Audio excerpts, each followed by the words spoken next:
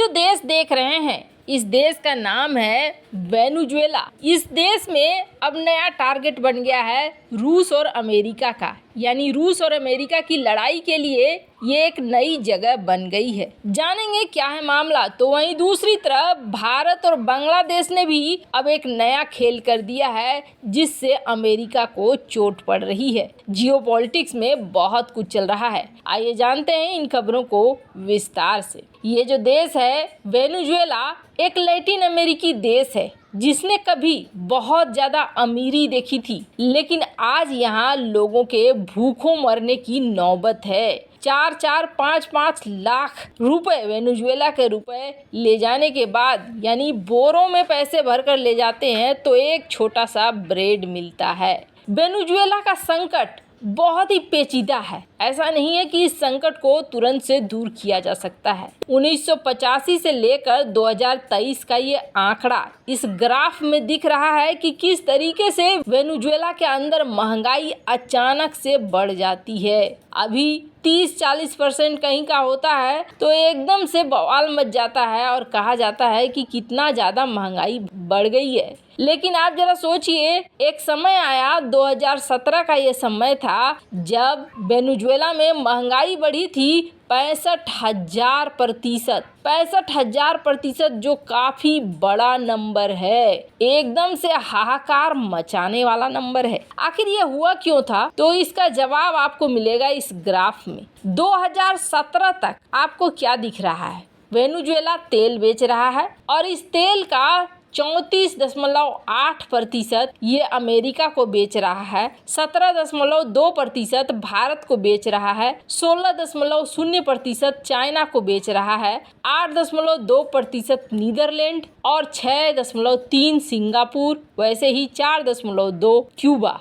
2017 में वेनेजुएला ठीक ठाक पैसे का बेचा करता था अमेरिका को ही तेल। करीब $12.9 बिलियन का अकेले अमेरिका को तेल बेचा करता था। और अमेरिका क्या करता था? बदले में मदद करता था वेनेजुएला को भारी तेल को रिफाइन करने में। इनके पास संयंत्र नहीं थे और अमेरिका अपनी कंपनियों को भेजता था। कंपनियां यहाँ पर शोधन का काम करती थी, रिफाइन का काम करती थी, खुद भी खरीदती थी और फिर वेनेजुएला इन चीजों को बाहर बेचता था। अचानक से 2017 में ऐसा होता है कि वेनेजुएला की सरकार, जो मदुरई की सरकार है, मदुरई की सरकार को सरकार मानने से अमेरिका इनकार कर देता है और उनकी जगह अपना प्रतिनिधि उसे सपोर्ट कर देता है कि आज से ये तुम्हारे हो गए राष्ट्रपति। जिसके बाद मदुरई ने गुस्सा कर एक्शन ले लिया। मदुरई और अमेरिका के बीच टेंशन बढ़ जाती है और इस टेंशन का परिणाम ये होता है मदुरई के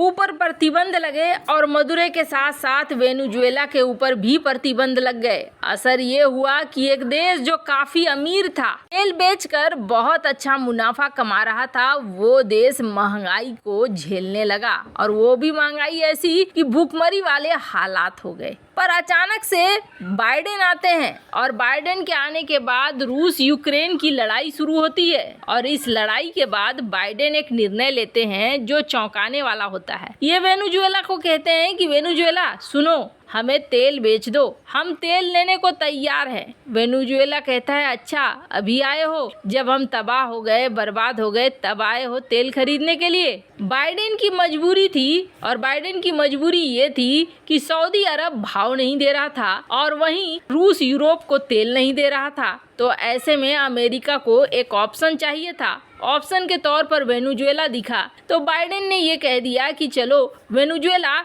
हम फिर से दोस्ती खेल लेते हैं, आपसी रिश्तों को ठीक कर लेते हैं और तुम हमें तेल बेच देना। अभी अमेरिका के साथ ये सारी बातचीत चल ही रही थी कि यहाँ पर अब एंट्री हो जाती है रूसी विदेश मंत्री सर्गेई लावरोव की। सर्गेई लावरोव इस वक्त वेनेजुएला पहुँचे हैं और वेनेजुएला में ये बातचीत के साथ साथ ये कहने के लिए पहुँचे हैं कि चलो अब हम एक दूसरे के साथ एग्रीमेंट कर लेते हैं, व्यापार का, व्यवसाय का और बाकी सारी कई चीजों का। अब ये सुनने से तो आसान सा लग रहा होगा कि सर्गेई लावरोव वहाँ पहुँचा है, व्यापार की बात कर रहा है, तो कहीं ऐसा तो नहीं है कि अमेरिका का खेल बिगाड़ रहा है। तो आपको बता दें बात दरअसल वही है। हाल फिलहाल में सऊदी, रूस, ओपेक मिलकर अमेरिका को नचा रहे हैं और तेल का ऐसा खेल खेल रहे हैं जिसमें बुरी तरीके से फंस रहा है अमेरिका, क्योंकि तेल के बिना धीरे धीरे यूरोप साथ देना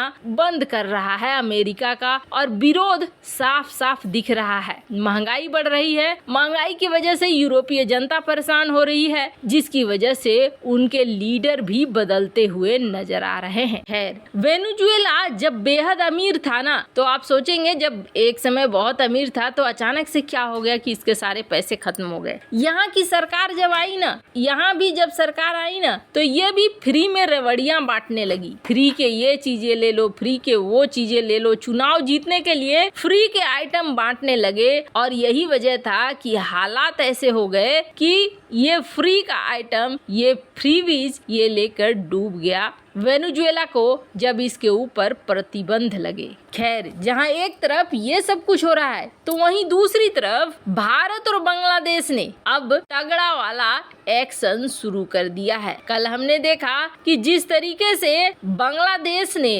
रूस मामले में एकदम से पलट दिया। रूस और बांग्लादेश मिलकर बना रहे हैं न्यूक्लियर पावर प्लांट और इस न्यूक्लियर पावर प्लांट के लिए अक्सर दोनों के बीच कुछ न कुछ सामग्रियों की लेन देन होती है। अब रूस के साथ व्यापार करने में बांग्लादेश को दिक्कत आ रही थी तो बांग्लादेश ने उपाय निकाला। बांग्लादेश ने रूस से कहा तो रूस ने कहा कि आप हमें किसी और चीज में दो, डॉलर में हमें पेमेंट मत दो। अब इसके पास, बांग्लादेश के पास ऑप्शन नहीं था। बांग्लादेश ने फिर युआन को चुन लिया कि ठीक है, हम युआन को चुनते हैं, युआन में हम आपकी पेमेंट करेंगे। चीनी करेंसी के लिए तो ये एक बहुत अच्छी बात हो गई कि एक और देश जुड़ गया। चाइना फूले नहीं समाएगा। फ्रांस ने अपनी डील फाइनल की युआन में, ब्राजील भी कुछ वैसा ही सोच रहा है। ऐसे में एक और देश बांग्लादेश की भी एंट्री हो गई तो चाइना की करेंसी के लिए ये बहुत अच्छी बात हुई। वैसे आपको बता दें भारत भी